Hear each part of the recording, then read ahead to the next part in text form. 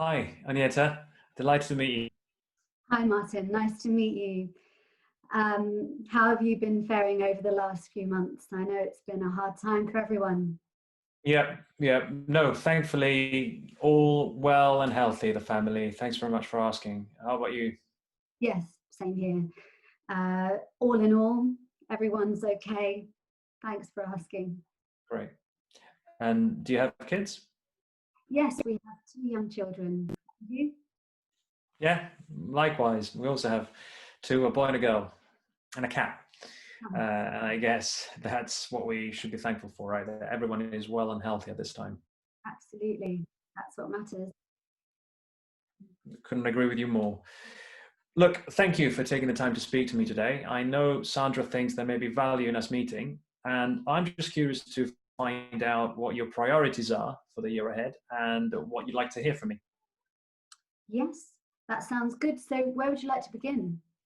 Well, as we both know, we've just spoke about it. The topic that is on everyone's mind at the moment is how COVID continues to impact businesses and working practices, with remote working and digitization being the most obvious changes.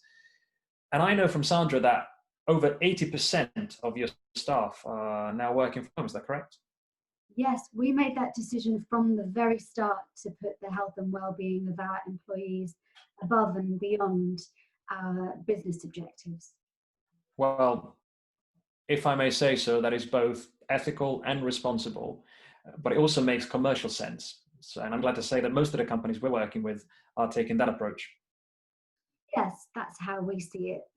Our business was built and continues to grow on the quality and loyalty of our people.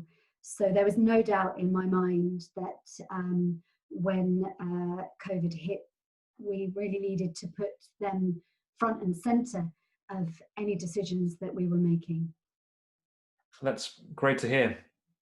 But of course, as we also both know, one of the challenges that this presents is the fact that remote working quite often leaves organizations vulnerable to breaches in safeguarding their critical assets, be it their data, but sometimes we've even seen risks to the physical safety of their employees and sometimes even their clients. We take our safety and security very, very seriously, and we've implemented additional steps to make sure that the transition to working remotely happens safely and securely for everyone. I'm glad to hear it, because that is pretty much at the heart of what I'd like to discuss with you today, especially as you just described that culture of putting your employees' health and well-being ahead of any business objectives. So I'd just like to take some time to find out what steps you've taken in that direction. And I've got three areas that I suggest would make sense for us to explore. Firstly, I'm curious to know, what are your aspirations for the year ahead, especially if these temporary changes to working practices become more permanent? Secondly, where do you see yourself currently, and what are your most important priorities? And thirdly, what options are you considering to make that transition to the new normal? Would that work for you? That sounds like a good plan, yeah. Great. So do you have any preference as to which one of the three topics we should start with? No, I think they're all very good questions.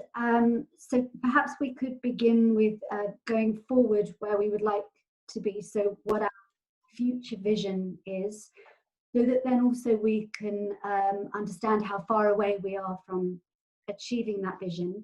And I'd really appreciate any ideas or options that you might have, or that you think that we should look at in order to get ourselves from point A to point B. Of course, I'd be happy to. So why don't we start with the future vision, as you suggest? Yeah?